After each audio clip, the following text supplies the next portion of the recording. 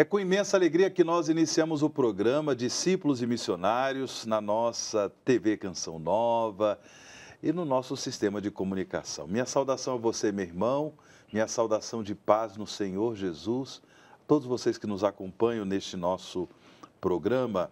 Eu sou o Padre Wagner Ferreira, tenho a imensa alegria de apresentar esse programa, de estar com você. E, claro, nós estamos chegando ao final do mês de setembro, mês da Bíblia, mês da Palavra de Deus, já início da primavera, pelo menos aqui no Brasil, não é? Que bom que nós estamos juntos para viver esse momento. E nos aproximamos, no caso aqui do Brasil, das eleições municipais. Então é sobre política que nós iremos conversar no programa de hoje, sobre as eleições municipais que se aproximam. E para conversar conosco sobre esse tema, contamos com a presença, a palavra amiga de Dom Odilo Pedro Scher, arcebispo de São Paulo. Dom Odilo, seja bem-vindo ao programa Discípulos e Missionários. Obrigado, saudação, Padre Wagner, e a vocês todos da Canção Nova que nos acompanham nesse nosso programa, nosso encontro. Faço votos que seja de bom proveito para vocês. Uma afirmação do Papa Francisco: não se pode fazer política com ideologia. O todo é maior que a parte e a unidade é maior que o conflito. Buscar sempre a unidade e não se perder no conflito. Justamente porque também é uma das formas de promover a caridade é a política, certo? Por isso, Dom Odilo, primeira pergunta para o senhor: quais critérios o eleitor deve ter na hora de escolher um candidato? Mas também do ponto de vista da fé cristã. Bem, esta é uma pergunta que sempre vem em período eleitoral, né? E é bom refletir sobre isso, sim. E o cristão pode votar em qualquer um, qualquer nome, qualquer candidato. Que critérios precisa ter para escolher bem o seu candidato? O cristão, o católico, deve necessariamente só escolher católico? Também isso é muitas vezes uma pergunta. É verdade. Olha, aqui a gente precisa ter ideia clara, né? Nós estamos diante da escolha de quem nos deve governar, de quem deve fazer leis e, portanto, de quem é responsável pela vida da cidade, do município. Nesse nosso caso agora, são eleições municipais. O que precisa? Primeiro, que sejam pessoas idôneas. Precisa escolher um candidato que seja idôneo, ficha limpa. Esse é o critério fundamental. Precisa ver, sim, se a vida dessa pessoa recomenda ele assumir um determinado cargo. Se ele já tem uma ficha manchada por desonestidade, por injustiça grave, não é recomendado. Não é recomendado para votar. Segundo, precisa ter em conta também a capacidade pessoal para assumir este encargo. Essa pessoa é capaz, vai somar,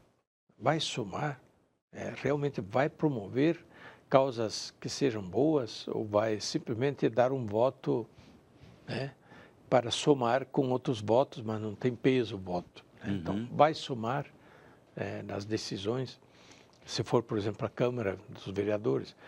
É claro, para prefeito, nós temos que olhar, quem vai administrar a cidade precisa olhar o todo da cidade, tem condições de administrar, tem que ter prioridades, e aí a gente tem que ver se as prioridades que o candidato tem são também as prioridades nossas, aquelas com as quais a gente se identifica. E, objetivamente, as prioridades da cidade. A cidade tem uma série de necessidades. Então, as propostas do candidato a prefeito satisfazem as necessidades da cidade. A religião, eu acho que isso não é tão importante neste momento. É importante que seja uma pessoa idônea, sensata, capaz para poder governar. E pessoas assim podem se encontrar em diversas confissões religiosas. Aqui nós não estamos votando algum para ser membro da igreja. Aí a gente tem outros critérios. Estamos votando para ser um governante de um município, de uma comunidade, onde tem gente de várias religiões, né? Onde tem gente sem religião, e ele tem que governar para todos. Exato. Então, me parece que são critérios gerais que a gente pode orientar. Certo. Obrigado, Dom Odilo. É moralmente admissível votar em candidatos a favor de pautas que a igreja é contra? Por exemplo, a questão do aborto. Não é? Então a igreja é contra o aborto, votar em candidatos, né? Isso é lícito moralmente? É admissível moralmente? Sim. Se eu tenho conhecimento claro de que alguém é a favor do aborto ou a favor de outras questões que são contrárias à lei moral, é claro que eu tenho toda a liberdade, né? E talvez até o dever de consciência de não votar nessa pessoa. Okay. Né? Mas no caso dos candidatos a prefeito e vereadores, não são eles que fazem as leis relativas a aborto ou outras leis que tenham obrigatoriedade nacional. Mas também aí tem que estar atento. Às vezes se traz para a disputa da eleição municipal assuntos que são da Câmara Federal, né? São de competência do Senado Federal. Exato. Então a gente tem que ter o cuidado de não se deixar, né, digamos assim, envolver por uma cortina de fumaça. Entendi. Dom Odilo, vamos acompanhar agora um VT. É a Bianca que gostaria de fazer uma pergunta para o senhor. Olá, eu sou a Bianca e eu tenho uma dúvida, Dom Odilo.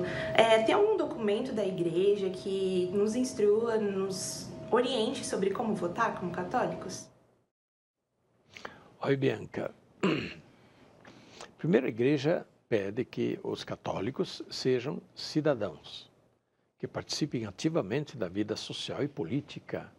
Não necessariamente tem que ser candidato a isso, não. A vida política é também através do voto, através do interesse pelo bem comum. Isto é, agora, por exemplo, nas eleições se jogam muitas questões do bem comum da nossa cidade. Portanto, votar significa que a gente se interessa pelas questões do bem comum. O católico não deve ser um cidadão ausente, né? Deve ser participativo. Essa é uma orientação geral da igreja. Agora, se tem orientação, se tem um documento da igreja, eu diria, olha o catecismo da Igreja Católica, na última parte do catecismo tem as orientações gerais sobre o ensino social da igreja, sobre como o cidadão católico deve participar da vida social, da vida comum. Né? Agora, sem serem documentos, existem orientações em relação à política, à campanha eleitoral e assim por diante, praticamente a cada campanha eleitoral. E essas orientações que são feitas pela Conferência dos Bispos ou por algum bispo em particular, e são orientações muito boas, onde se colocam justamente de uma forma bem metódica, né? E bem também didática, algumas questões fundamentais que devem ser tidas em conta quando o católico vai votar. E são folhetos, são textos de educação política, que é bom ter em consideração e que nos ajudam a fazer boas escolhas. Dom Odilo, o senhor falou aí sobre a questão, né, ou seja, olhar o candidato, verificar um pouco a vida dele, assim. Claro que nós nos deparamos também com alguns candidatos que estão, né, aí tentando pela primeira vez. Às vezes é um pouco mais difícil, né, ter esse critério de olhar um pouco a vida da pessoa, no sentido porque ela ainda não teve propriamente uma função pública e fica mais difícil. Mas, de todos os modos, os critérios são esses, né? De olhar... Sim, né? Os critérios são esses. O nosso sistema, digamos, de campanha eleitoral não favorece muito o conhecimento dos vereadores. É frágil. Dão muita exposição aos candidatos a prefeito, mas pouca exposição aos candidatos a vereador. Uhum. E aí, na última hora, a pessoa escolhe quem? Quem está mais em evidência, quem já conhecia e tudo mais, mas pode haver muito bons candidatos que acabam não aparecendo. Por isso, seria bom que as comunidades locais, nos bairros, e por que não as comunidades da igreja, sem fazer isso na igreja, mas procurasse conhecer os seus candidatos. Estamos chegando ao final do nosso programa, Discípulos e Missionários de hoje. Agradecemos a sua participação. Aproveite para também assistir esse programa no CN Plus, .cançãonova.com, e divulgue o nosso programa também em suas redes sociais. Dom Odilo, para encerrar o nosso programa, sua palavra e sua bênção, por gentileza. Pois não, e hoje é o último programa do mês de setembro. É verdade. Concluímos o mês da Palavra de Deus, mês da Bíblia. E claro que o interesse e a assiduidade na leitura, na acolhida da Palavra de Deus continua, não termina com o mês de setembro. Todo dia, todo mês, todo ano é dia da Bíblia, mês da Bíblia. E, portanto, continuemos a acolher a Palavra de Deus, que é luz para a nossa vida, que é alimento da nossa fé.